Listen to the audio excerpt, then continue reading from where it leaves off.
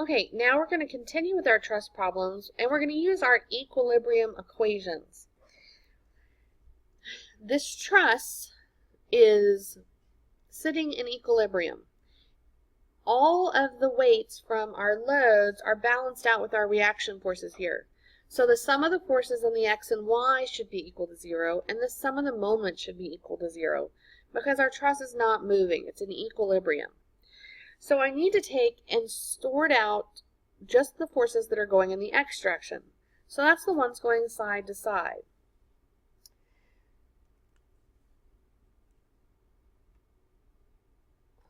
So here, what forces are going straight to the side? Well, this 200 force is going to the side, and it's going in the positive x direction, so I'm going to make it positive when I add it up down here. And also my CX is going in the positive direction. And that's all that I have going in the x direction. So those two, if I add them up, they have to add up to 0. Otherwise, it would be moving to the side. Well, so now it's just an Algebra 1 problem. I just minus the 200 on both sides. And I find that CX equals negative 200. What does that negative mean? Well, these forces are vectors, remember, so a negative means it's actually going the other direction. So what this really means is I assumed that it was going to the right. When I assumed that, I got a negative answer. That means this is really going the other direction to the left. So down here at the bottom of your paper, where it says reaction forces, we're going to write down our reaction force. We found that CX is 200, and our forces are all in pounds, so this is 200 pounds, and it's going to the left. I have to tell what direction it's going because this is a vector. And so I'm just going to summarize my answers down here. Now I'm going to do the sum of the forces in the y direction. What's going up and down in the y direction? Well, I have AY going in the positive direction. I have CY going in the positive direction. And then I have 100, but it's going down, so it's going in the negative direction. Anything else in the y direction? That's it. So that's equal to 0. So I can add 100 to the other side. So I get AY plus CY equals 100. Well, from Algebra 1, I know I can't solve one equation if I have two unknowns. So I'm going to have to just hold off here and wait to see if I can figure out what one of those is. So we're going to move on over to the moments. Now to find the moments, remember moments are force times distance. We did that before. So I need a force and a distance, and if you also remember, the distance always has to be perpendicular to the force. I also have to know where this is going to turn. I could find the moments around here and have this whole thing turn around that point, or I could find the moments around here and have it all turn around that point. I always pick the point where I have two reaction forces, and I'll show you why in a second. So I'm going to say I'm going to do this at C. I'm going to find the moments at C. So what I'm saying is I'm going to hold C down and I'm going to let this thing turn around C. I also want to remind you that moments that go in counterclockwise are positive. So that's what we're going to use for all of our parts here as we do this.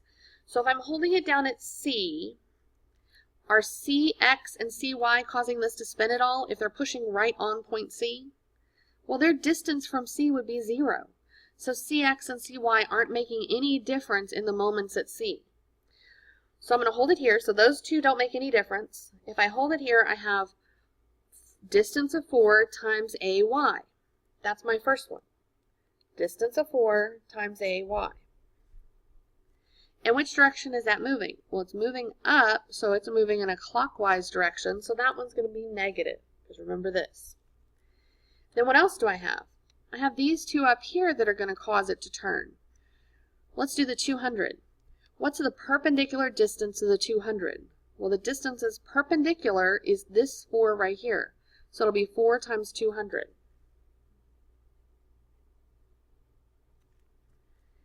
And which direction is this going to cause it to turn? Well, if it's going like this is going to cause it to turn this way, which is again a negative direction. What about this 100? What's the distance that's perpendicular to this? Well, it's this 4 is perpendicular to this, so it's this 4 times 100. And that's going to cause this to turn this direction. That's counterclockwise, so that's positive. And it's just those 3 that are affecting it, so those 3 need to add up to 0. Now it's just algebra 1 again, so I have negative 4ay minus 800 plus 400 equals 0. Combine these, move them to the other side. Negative 4ay equals 400. So I get ay divided by 4 equals negative 100. So again, what does the negative mean? Well, it means I assumed that this one was going up. Because it's negative, it means that it's really going down. I'm going to include this one at the bottom in my summary. I'm going to put a little box so I can find this.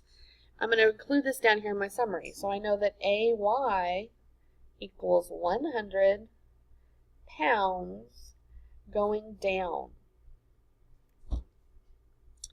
Well, also, I now know that ay is negative 100, so I can also plug this in over here. Ay is negative 100. So I can plug it in for ay, and now I can find what cy is. If I minus this to the other side, I find that cy is equal to 200. It's positive, so it means that this original assumption was the right direction. So it means cy is equal to 200 pounds going up.